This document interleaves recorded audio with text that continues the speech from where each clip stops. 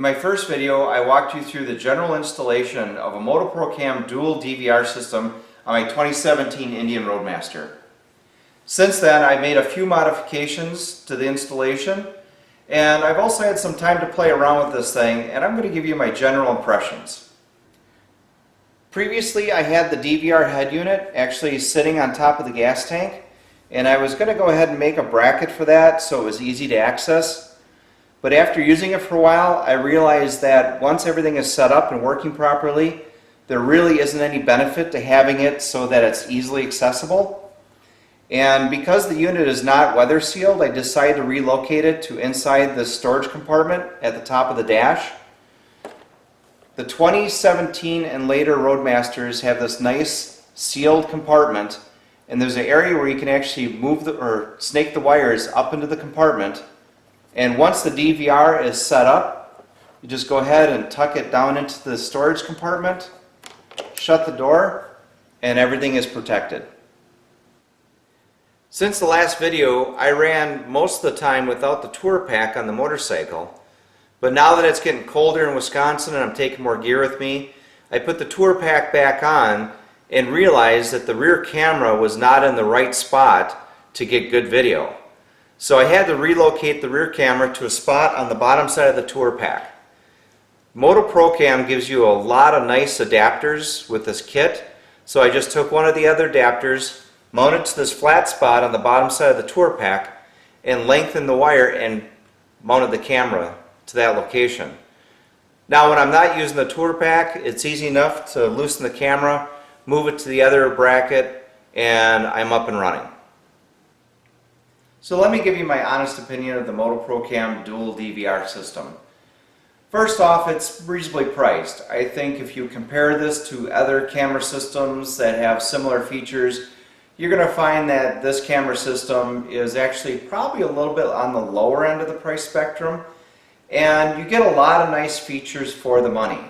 Not only do you get video capability, but you also get the ability to take still photos while you're riding down the road. Second of all, it's pretty versatile. It uses small cameras, and there's a variety of mounting options, and the camera wires are long, so you have a lot of different options for mounting the cameras in very inconspicuous spots, and also in general it's pretty easy to install.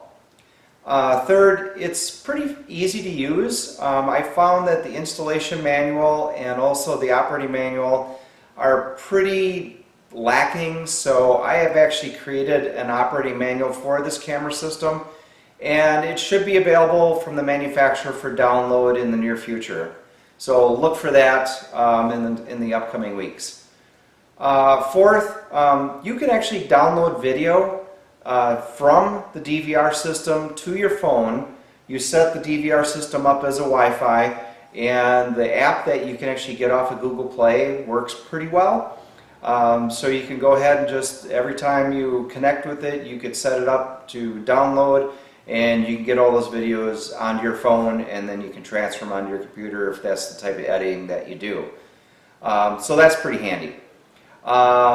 Fifth, the video quality is actually pretty decent. I mean, for what it is, the small cameras and everything, I find that the video quality is pretty clear. The audio quality maybe not so much, but the video quality is really nice. So I think that is a definite benefit. And once you actually have the camera system set up, it's just as easy as turning on the DVR unit. It gives you the welcome screen, and within about 4 to 5 seconds, it just automatically starts recording, and starts recording in loops, and will continue to loop and loop and loop until that memory card gets full, and then it'll start overwriting the oldest ones and continually create those loops over and over again. So that's kind of a nice feature. Once you get it set up, you can actually hide it, put it away, and the only time you really have to touch it is either when you're actually making changes to the options, or if you are just turning it on for the first time when you're going for a ride. So hopefully this helps you out. Let me know if you have any questions, post comments. Love to hear from you, and safe riding.